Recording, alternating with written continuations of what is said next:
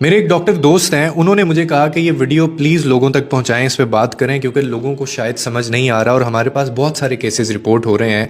ख़तरे की घंटी जो है वो बज गई है जनाब।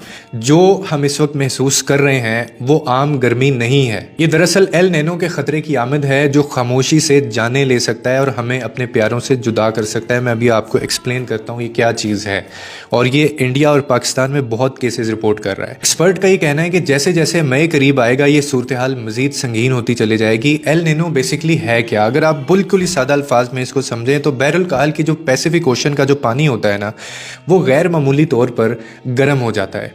और इससे क्या होता है कि इससे दुनिया भर में जो हवा का निज़ाम है उसके अंदर एक तब्दीली, उसके अंदर एक जो चेंज है वो आना शुरू हो जाता है। जनूब मगरबी मानसून जो हमें मई में बारिश देता है, इस बार तखीर का शिकार हो सकता है, फिर वो कमज़ोर पड़ सकता है। अब ये चीज़ इतनी ख़तरनाक है, इसका मतलब क्या है? इसका मतलब ये है कि जब बारिश होनी चाहिए उस वक्त शदीद गर्मी पड़ेगी, बारिश नहीं होगी।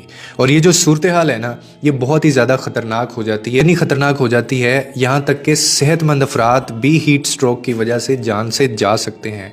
और ये सबसे ज़्यादा ख़तरनाक इसलिए कि आप खड़े खड़े गिर जाएंगे, आपको पता ही नहीं चलेगा।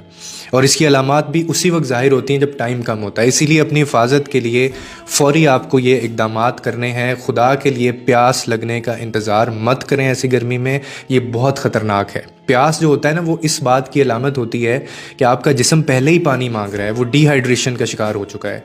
और उसके बाद आप जब मज़ीद पानी नहीं पीते तो आप इसका शिकार हो सकते हैं। हर घंटे पानी पिएं।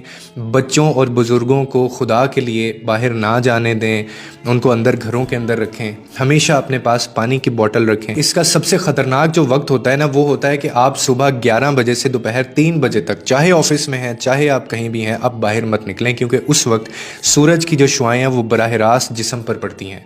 और अगर मुमकिन हो तो घर के अंदर रहें, बाहर अगर बहुत ज़रूरी काम नहीं है तो मत निकलें।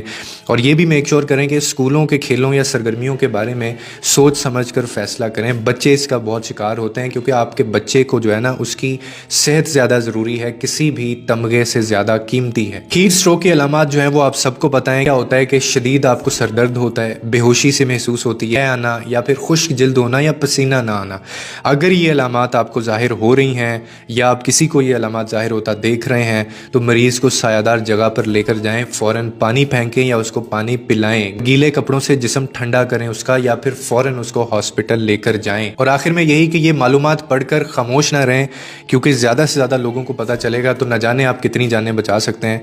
इसे अपने ख़ानदान, दोस्तों और हर उस कम्युनिटी में शेयर करें कि हम सबको आने वाले जो एल नीनो सिचुएशन बनने जा रही है इससे हमें पता हो। और याद रखें, हम सिर्फ इस सूरत में इस ख़तरे से बच सकते हैं